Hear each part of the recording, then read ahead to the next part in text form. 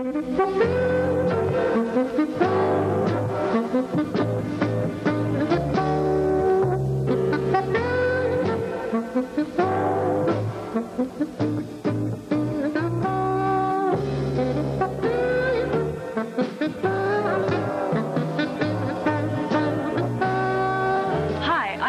hostess for Video Review.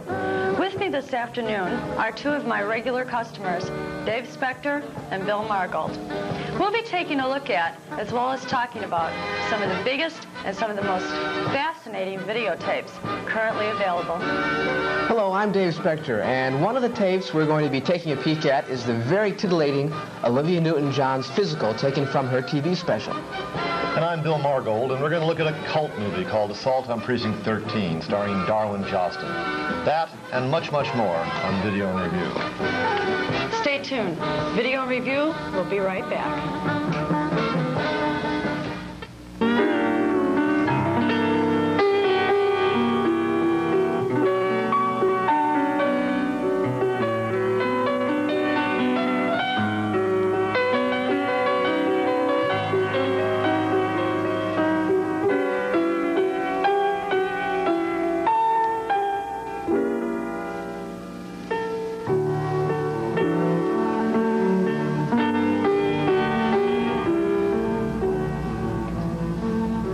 It's always interesting to see what happens when a person in the entertainment business goes from in front of the camera to in back of the camera. An actor, let's say, becomes a director or a writer. Such is the case of a man named L.Q. Jones, a well-known supporting actor in westerns, war movies like Wild Bunch, Cable Hogue, Between Heaven and Hell. In 1974, he, I guess, discovered a short story by Harlan Ellison, a very famous science fiction short story called A Boy and His Dog, adapted it and directed it and brought it to the screen. It's a very interesting motion picture. The year is 2024, the world is desolate, deprived, and yet Jones, and of course adapting from Ellison's film or novel, came up with a rather comedic look at the future. Let's take a look at what he found.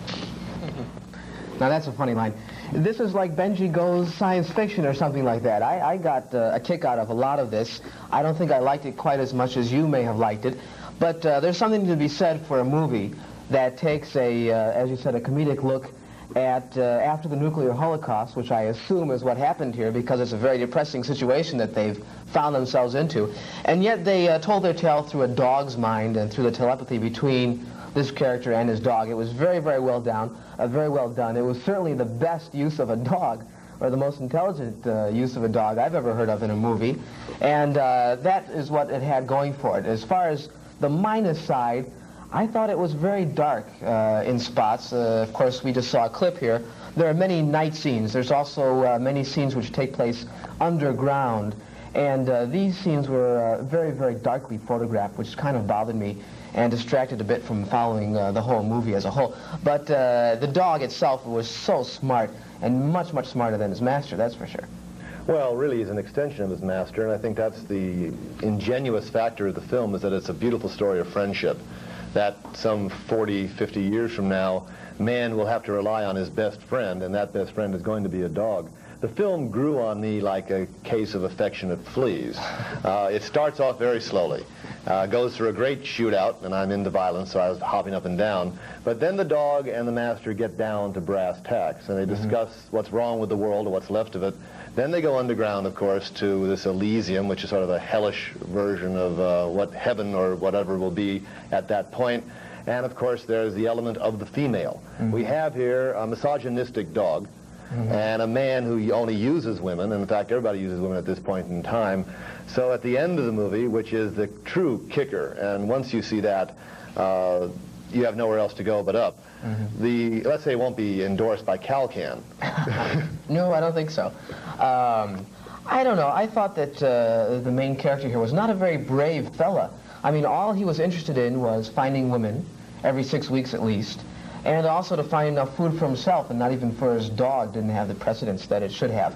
So he didn't seem to be the hero that we see in movies like The Road Warrior, which is currently out, and also other movies like The Blade Runner and whatnot. I thought that he was somewhat cowardly, and the dog just came out like a star. flea powder or no flea powder, I think that it's definitely worth a look-see. If you're into science fiction and into it pretty heavily, I think it might be missed by a lot of the younger people who just want to see a lot of fancy-looking lasers, because it isn't that kind of movie. And I think we should give a little compliment to Jason Robards. I think you liked him in this too. Yeah, he's his typical stolid self. You know, you can read a phone book and make it look interesting. Exactly. And speaking of interesting, as they say, we have a film here called Assault on Precinct 13, and I like this a great deal. I know that you did too. This film was done by John Carpenter. This is the film that really launched his career, which is blossoming to this day with his most recent release, The Thing, and of course he did Halloween and many, many other movies before that. Halloween 2 and 3 and probably Halloween 4 are in the upcoming. Anyway, this is about a very violent attack on a soon-to-be abandoned police station in Los Angeles by a youth gang. And this youth gang is very, very angry for a variety of reasons. But who do you think winds up helping to save the police station? A convict on his way to death row. Let's take a look at this very, very exciting film. The man playing Napoleon Wilson is a gentleman named Darwin Joston. He's a very special actor in a very special film. Let's take a look at another clip. Well, I don't think there's any reason to discuss the film between us. I think the primary asset of the motion picture is a gentleman with us here. His name is Darwin Joston, and he is Napoleon Wilson, and he is Precinct 13. That's going some. Don't know if I'd say that. Precinct 13, in my opinion, has become a cult motion picture. And by that definition, a film that opened extremely slow in 1976 and has picked up the snow, or the force of a cannonading snowball. It is literally rolling away with fans. Everyone that sees it, it touches, it turns to magic. And you, of course, are the primary motivating force behind it. How do you feel about being in such a position? Well, every actor would like to be in that kind of position. That's nice. I like that. I like the idea that people like the movie. I like the idea that they understand some of the movie. It's kind of strange for me because it's new to me. I run into people everywhere who have seen it, and I'm surprised they've seen it, since it hasn't had that kind of distribution, that kind of, it hasn't really been put out on the market for people very much. So people who have seen it always surprise me, and I always say, where did you see it? Although it's just recently played public television, I think. What kind of research went into becoming Napoleon Wilson? Oh. You don't have a police record. I mean, I want to verify that, right? No, I didn't go that far. We thought about that. I wrote his entire background. In other words, I know why his name is Napoleon. Don't ask me. Never tell us. No, I wouldn't tell you. At the moment of dying, I'll tell you. I wrote his entire background, and I went down to Stembridge, who supplies a lot of weapons for motion pictures, and I picked out the gun I wanted. And I slept with the gun for about a week, and we got to know each other very well. So I felt like I was Napoleon by the time we shot the picture, more so than you normally do on a role, I think, because I did do a lot of thinking about his background. I noticed that my favorite moment was when you finally got your hands on a weapon, which you hadn't for many years, I assume, and you had that unique smile on your face of mischief, and I finally got hold of this. Was that your own, or was that in the script?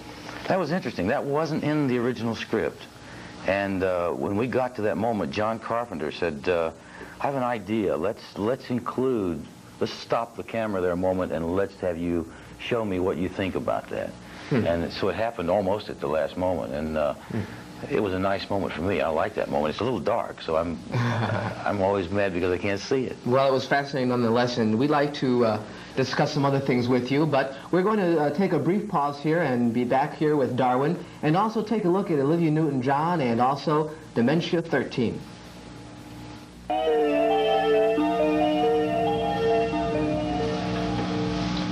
We're discussing a great cult film called Assault on Precinct 13, and we're honored to have with us the star of the film and the essence of the film, Darwin Joston, who under John Carpenter's direction created a vivid masterpiece of acting and literally an indelible character called Napoleon Wilson in the film.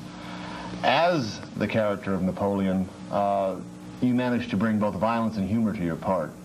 Did you create some of the humor yourself, or was this all pre-designed?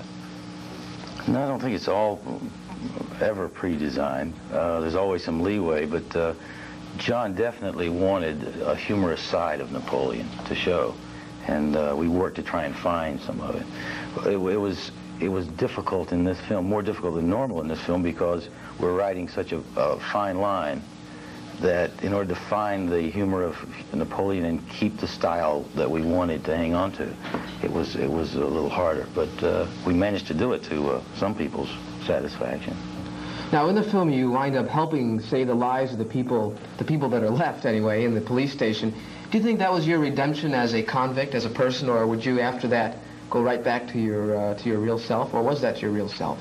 That had nothing to do with Napoleon's being or his life or his future. That's something that he's a pragmatist. That's something that happened. That's something he accepts. That's something, and he will go on to whatever he would go on. At any rate, it has nothing to do with him as a man, if that makes sense. Yeah.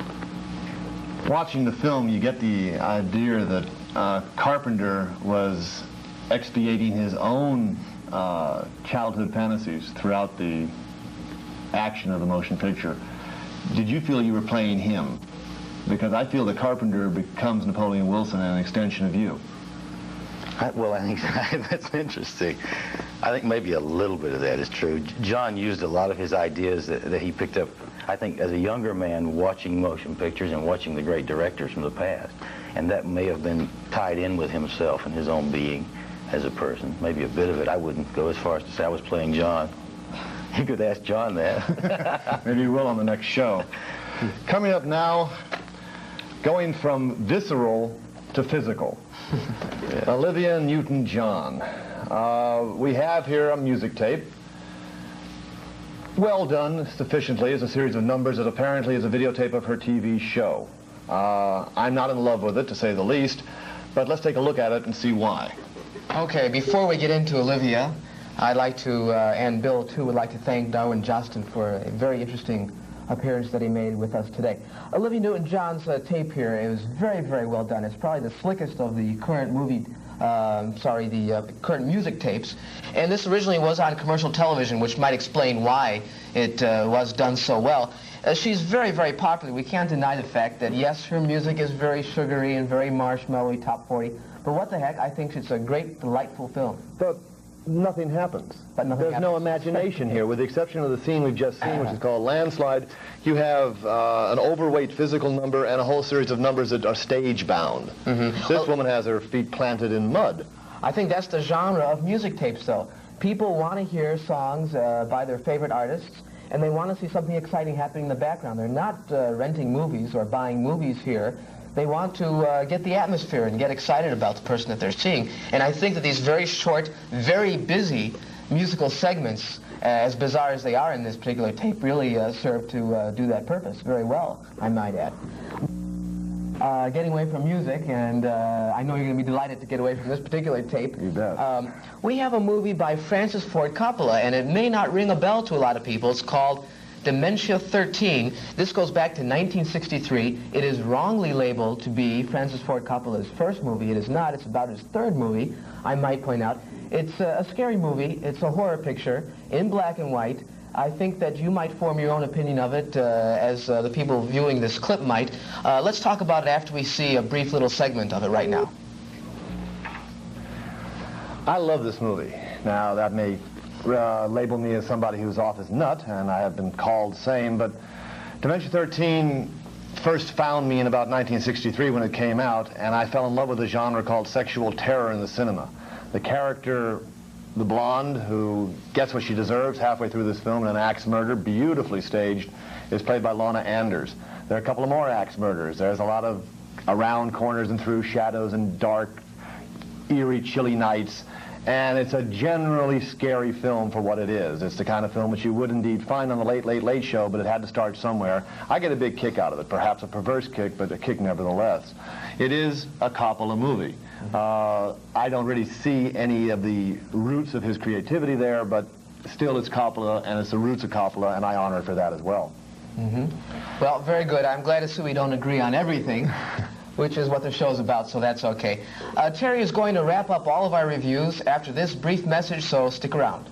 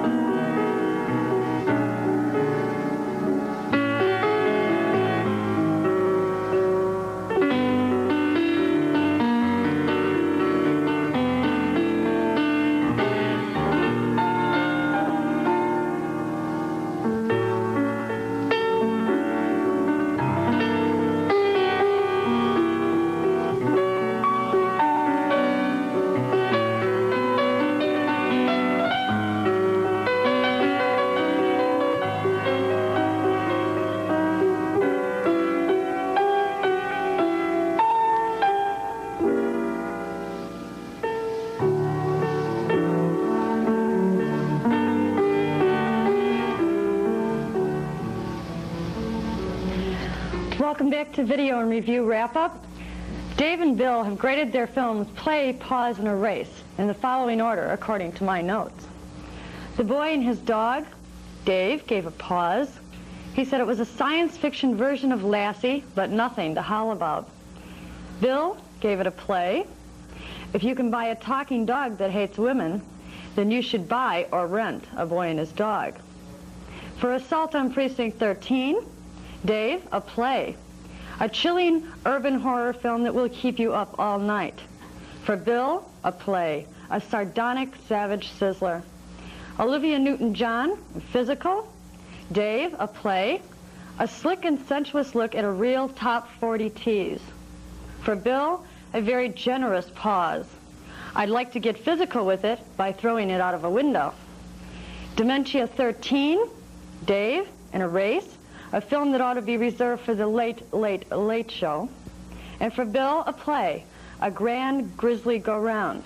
As for me, I'd like to thank all of you for joining us, and special thanks to Darwin Joston for stopping by the bar this evening with all of us. And we hope to see you next week for another version of Video and Review.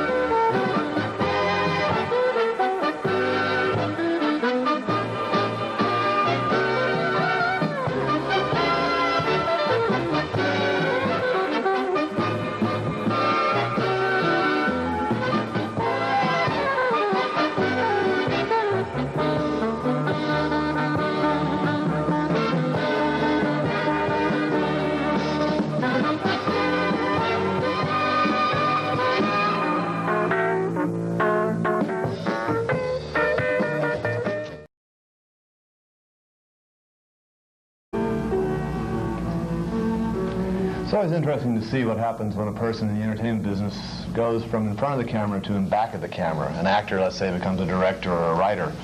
Such is the case of a man named L.Q. Jones, a well-known supporting actor in westerns, war movies like Wild Bunch, Cable Hogue, Between Heaven and...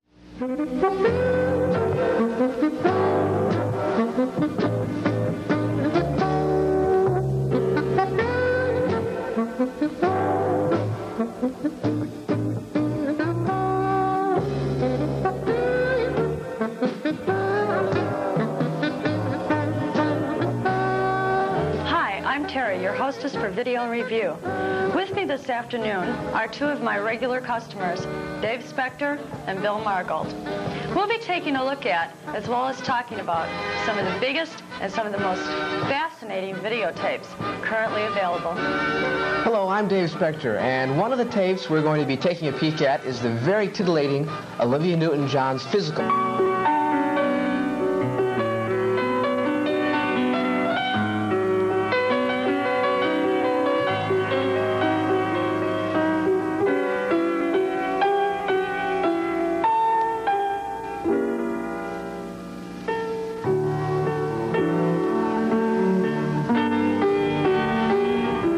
Taken from her TV special. And I'm Bill Margold, and we're going to look at a cult movie called Assault on Precinct 13, starring Darwin Joston.